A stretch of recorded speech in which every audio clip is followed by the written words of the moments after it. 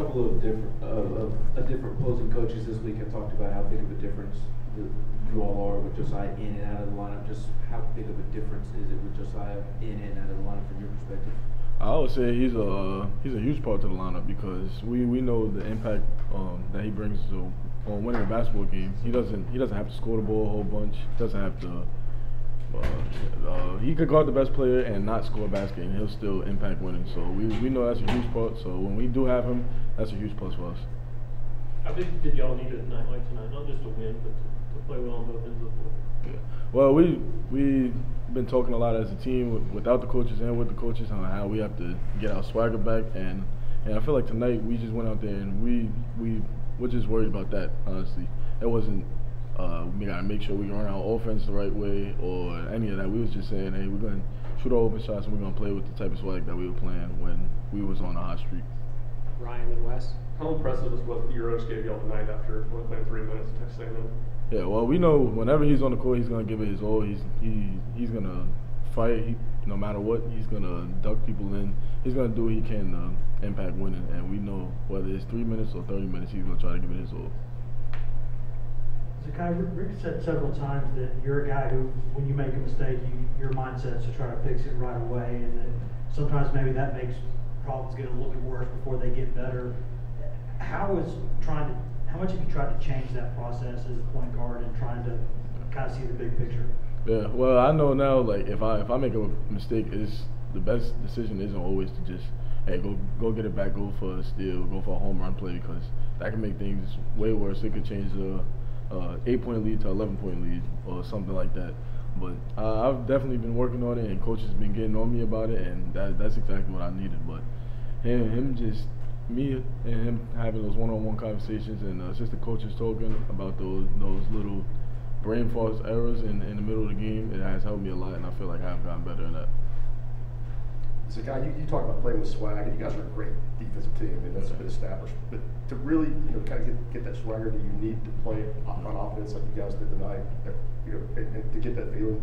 I feel like the same swag that we play with on defense, we have to play with that on offense, because I honestly feel like we are a good offensive team, and we know we can do as just players. We know how hard it is to guard each other, and we guard each other every day.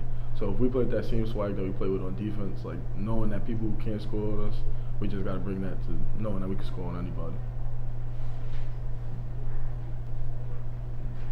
Zakai, it's not often that one team in the league beats another team in the league twice by a total of 83 points. Why do you think you play so well against South Carolina? You swept them by 83 points. I mean, some days the basketball can go in the basket, and some days it can't. I'll just say that we had better games, but I give it to South Carolina. They're gonna fight. They are a pretty good team, but it was just our night tonight. How is BJ Edwards growing throughout this season, kind of from when he got here to where he's at now? He's grown a lot. I talk to him in the room sometimes. We hang out all the time, and he's grown a whole lot. And from the first day that I played against him, I knew that he was special, and he's a really good basketball player. But just to see his growth and what we need him to do, it's amazing to see.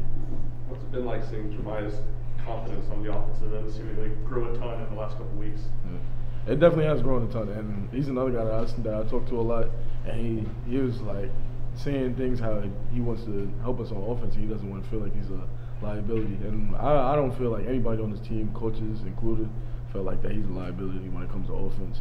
But I feel like he just had to bring his own swagger back to it and get it going. Coach Barnes said that Josiah Jordan-James takes pressure off the rest of the team when he's playing.